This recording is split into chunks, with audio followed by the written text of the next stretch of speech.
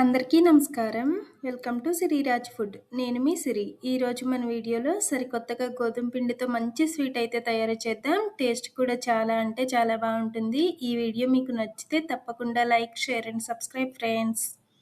దీనికోసం ముందుగా ఒక మిక్సీ జార్ తీసుకొని 1 కప్పు పచ్చి కొబ్బరి వేసి ఒక్కసారి మెత్తగా మిక్సీ పట్టుకోవాలి. కొబ్బరి అనేది ఈ మాత్రం నలిగిన తర్వాత 2 కప్పుల నీళ్లు పోసి కొబ్బరిని మెత్తగా మిక్సీ పట్టుకోవాలి. చిక్కటి పాలు రావాలన్నమాట. ఇలా పట్టిన కొబ్బరిని ఏదైనా క్లాత్ కానీ లేదంటే ఇలా గరిటెతో కానీ కొబ్బరి పాలైతే చిక్కగా తీసి పక్కన పెట్టేద్దాం. పాలనేవి ఇలా చిక్కగా ఉన్నాయంటే మనం చేసే స్వీట్ అనేది టేస్ట్ చాలా బాగుంటుంది. గ్యాస్ మీద గిన్నె పెట్టుకొని 2 కప్పుల బెల్లం వేసి 2 కప్పుల నీళ్లు పోసి బెల్లంని కరిగించుకోవాలి. బెల్లం అనేది కరిగితే సరిపోతుంది. పాకమేమీ రావాల్సిన అవసరం లేదు. పంచదారతో చేయాలి అనుకుంటే పంచదార పొడి పట్టి డైరెక్ట్గా వేసేయచ్చు. పంచదారనైతే కరిగించాల్సిన అవసరం లేదు. బెల్లం అయితే కరిగిపోయింది కదా, దించి పక్కన పెట్టేసి గ్యాస్ మీద కళాయి పెట్టుకొని 1 స్పూన్ నెయ్యి వేసి 2 స్పూన్ల ఉప్మా రవ్వ వేసి ఉప్మా రవ్వని లేత బంగారు కలర్ వచ్చే వరకు వేయించుకోవాలి.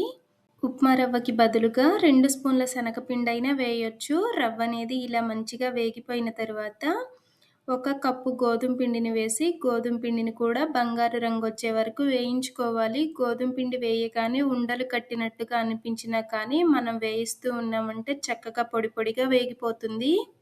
గోధుమ పిండి కూడా రంగు మారిన తర్వాత మనం ముందు పట్టి పెట్టుకున్న కొబ్బరి పాలు ఉన్నాయి కదా, కొబ్బరి పాలను పోసి ఉండలేమి కట్టకుండా కలుపుకోవాలి. ఇందులో మనం ఉప్మా రవ్వ వేసాం కాబట్టి అంత తొందరగా ఉండలేమి కట్టవు.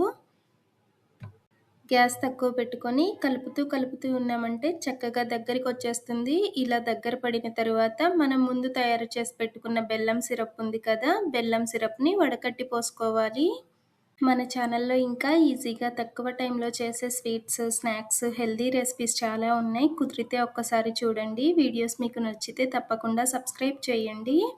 గ్యాస్ మీడియం ఫ్లేమ్ పెట్టుకొని కలుపుతూ ఉన్నామంటే స్వీట్ అనేది తొందరగానే దగ్గరికి వచ్చేస్తుంది.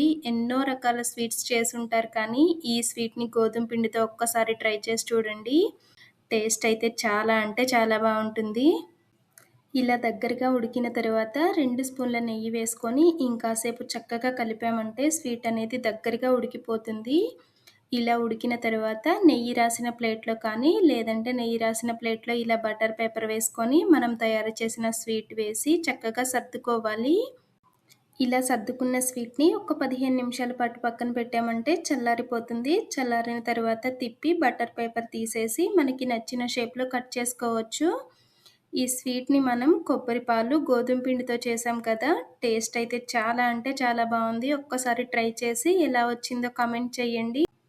ఈ వీడియో మీకు నచ్చితే తప్పకుండా లైక్ చేయండి, షేర్ చేయండి, సబ్స్క్రైబ్ చేయండి. రేపు ఇంకో సరికొత్త రెసిపీతో మళ్ళీ కలుసుకుందాం. By bye friends.